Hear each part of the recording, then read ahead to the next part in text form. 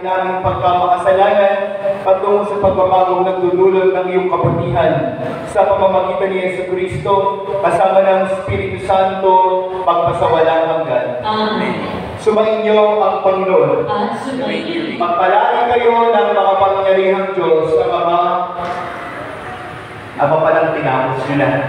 Ama, Anak, at Espiritu Santo. Amen. Tapos na ang ating banal na misa. Humayo kayo at mamunga ng naaayon sa kalooban ng Diyos.